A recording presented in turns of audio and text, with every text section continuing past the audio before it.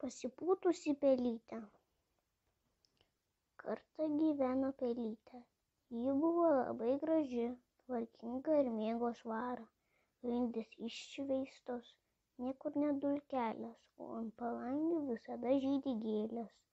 Kiekvieną rytą prisijuosusi baltą prijuostę, pelytė eidavo į lauką pašluoti takelio link durų.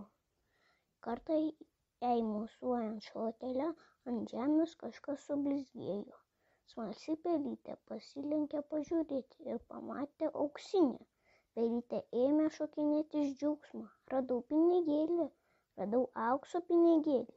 Dabar esu turtinga ponia ir eisiu apsipirkti. Pelytė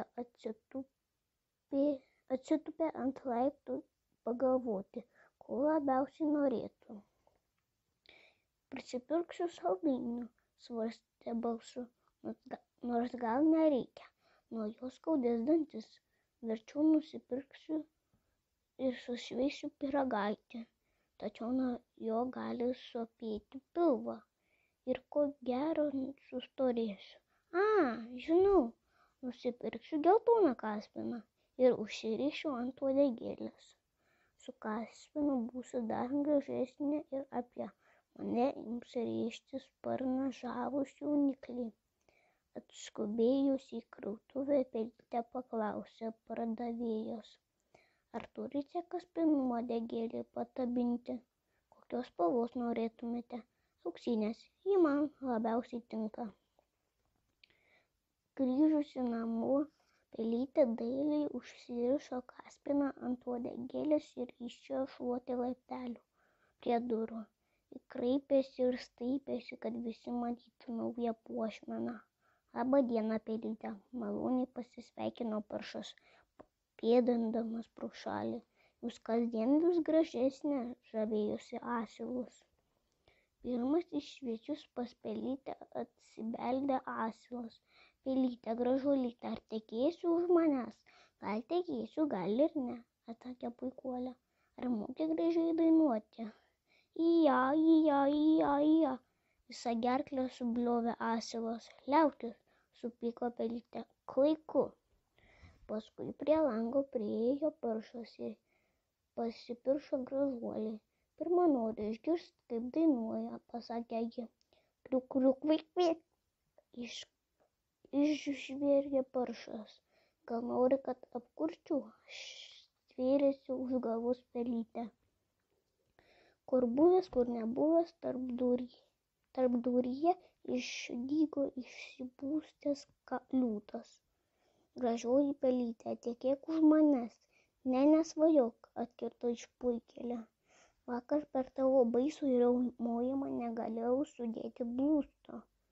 Nukabinęs nosį liūtas nukeblino šalin. Prašytai dailiosios pelytės letenėlės atliūkino lapinus. Atsitokėjęs po pelytės langu, jis užtraukė jausmingą meilės dainą. Nuo tokio kriauksėjimo galima išprotėti. Iškisusi galvą pro langą piktai suriko pelytė. Piršosi gražuoliai su geltonu kaspinu, šuo gaidys ir Armintinas, tačiau pelytė išvarginta kriauksėjimo, bliovimo, kudakavimo, staugimo ir kvarksėjimo nebeištvėrė ir griebusi šluotą išvijo jaunikius iš kiemo. Kai aistros aprimo prie pelytės kiemo, varteliu prisiartino prašmatnus katinas. Gražiausio iš gražiausių, sukniaukė jis, nuotakų nuotaka.